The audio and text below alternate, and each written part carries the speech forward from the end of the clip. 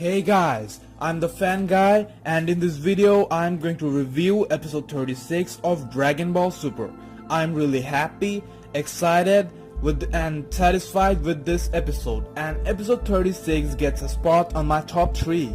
This episode made me feel the same way when I first started watching Dragon Ball as a kid. Even after watching this episode, if you complain saying Dragon Ball Super is failing the same way GT did, you are probably retarded. Before I go into details, I'd like to shortly explain to you what mainly happened in this episode.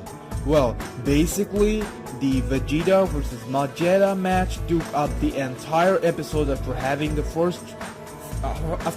fight started in the previous episode, and I feel relieved because Super had taken this wrong path of making the fight shorter and showing 2 matches in one episode, which I'm strictly against since that's not really the style of Dragon Ball. The fight was awesome, very strategically and visually stunning. As we know, Champa and Vados technically set up an advantageous environment for Majeta by attaching that air barrier and introducing a new rule.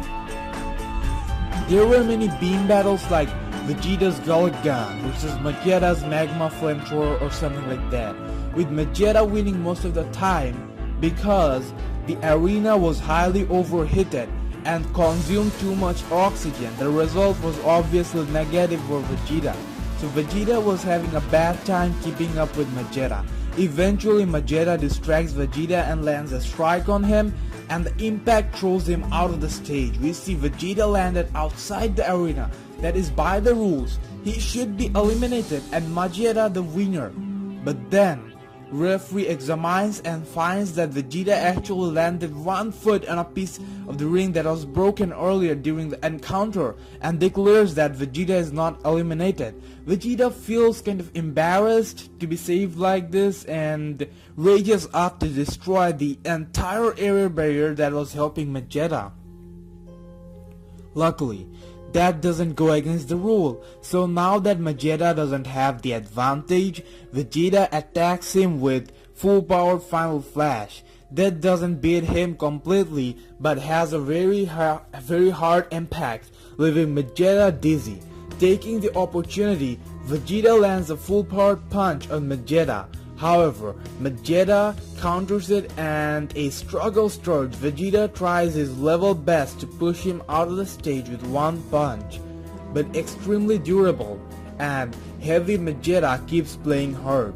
However, Vegeta keeps trying with maximum willpower and shouts out saying you're a piece of metal junk, and Majeta loses control and is knocked out of the ring and is thus eliminated.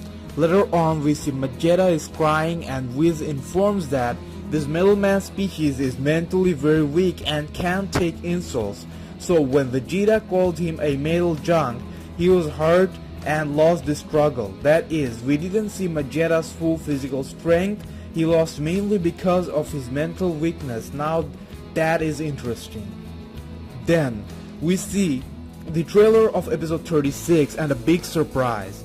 Vegeta's next opponent, Kabe, can go Super Saiyan.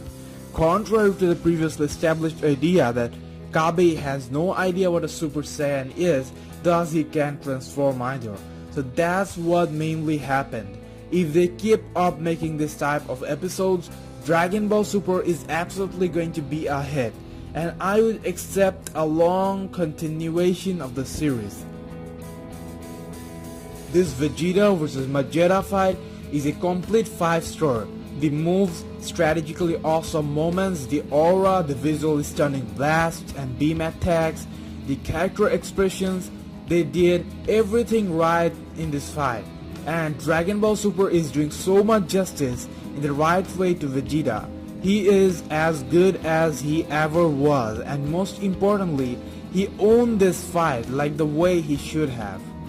After a long time, Vegeta uses his Gullet Gun attack and Majeta throws this lava beam that looks a lot like a flamethrower. And the stunning and intense beam struggle goes on with flames and electricity all over the place. but Vegeta overpowers Vegeta's Gullic Gun and creates this large hard rock like something while distracting Vegeta with flames. He attacks and throws Vegeta out, and Vegeta was like absolutely surprised to land outside the ring. And that moment when they say he is still in, but remember guys that Vegeta lost the beam battle because he was suffering from intense heat, and the entire arena had, and he could barely breathe. He still felt embarrassed that a prince like him had to be saved like that. He becomes completely angry, and you can see veins popping out of his forehead, and you just know what he goes in. When he goes in that kind of rage, he's going to finish Vegeta. And then we have this epic moment where Vegeta decides to destroy the root of all problems. He asks the referee if only touching the air barrier is a problem, and then he, with a massive power blast, shatters the entire barrier, and these pointy glasses go all around the place. Whis protects everyone, Heat blocks one, and we see Monaka sitting still stunned by the Kamehameha, and none of it hit him. I think this barrier breaking thing was absolutely badass. It was like, take that, Champa, no fucking barrier can hold the Prince of all Saiyans down. And as the barrier was broken, Vegeta lost the special advantage he was receiving till that point. It was because of the barriers he was able to increase the temperature that much. After that, Vegeta used his final flash attack, followed by a punch throwing Vegeta out. It has been a long time since he last used it. It looked awesome. Then later on, Whis mentioned Metal Man species can take insults, and Vegeta was still crying because of that insult. So in other words, we can say that Vegeta mainly lost due to his mental weakness. He could keep fighting if Vegeta didn't insult him. Again, I have to praise the durability of Vegeta. He kept taking Vegeta's attacks without getting hurt at all. He must have galaxy level durability. Even normal Ki blasts of Vegeta could destroy planets back during Dragon Ball. So Vegeta has extreme durability. Overall, the fighting was so technical. It was not all about power levels, not just like I am more powerful than you, so I defeat you.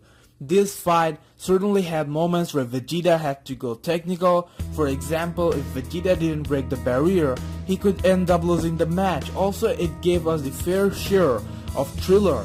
This is classic Dragon Ball. The fighting style is following that of those fights like Goku vs Master Roshi, or Goku vs Tien or Piccolo. Back when, strategy and techniques oftentimes turned out to be more important than power. This episode also taunted the mysteries behind both Monaka and Hit. However, we then see the trailer where Kabe turned Super. Now this is something to talk about since it was previously stated that Kabe didn't know anything about Super Saiyan. Since I'll be making a separate video on this, I'm calling you guys to share your opinion on this. What do you think is up with Kabe?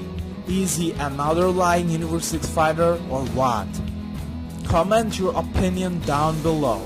And don't forget to subscribe to my amazing channel if you want daily Dragon Ball updates. Also, to get exclusive Dragon Ball Super footages and posts, follow the link of my Facebook page, Dragon Ball Fans, that I collaborated with. My YouTube channel is collaborated with that page, and like that page and follow it. That's all for now.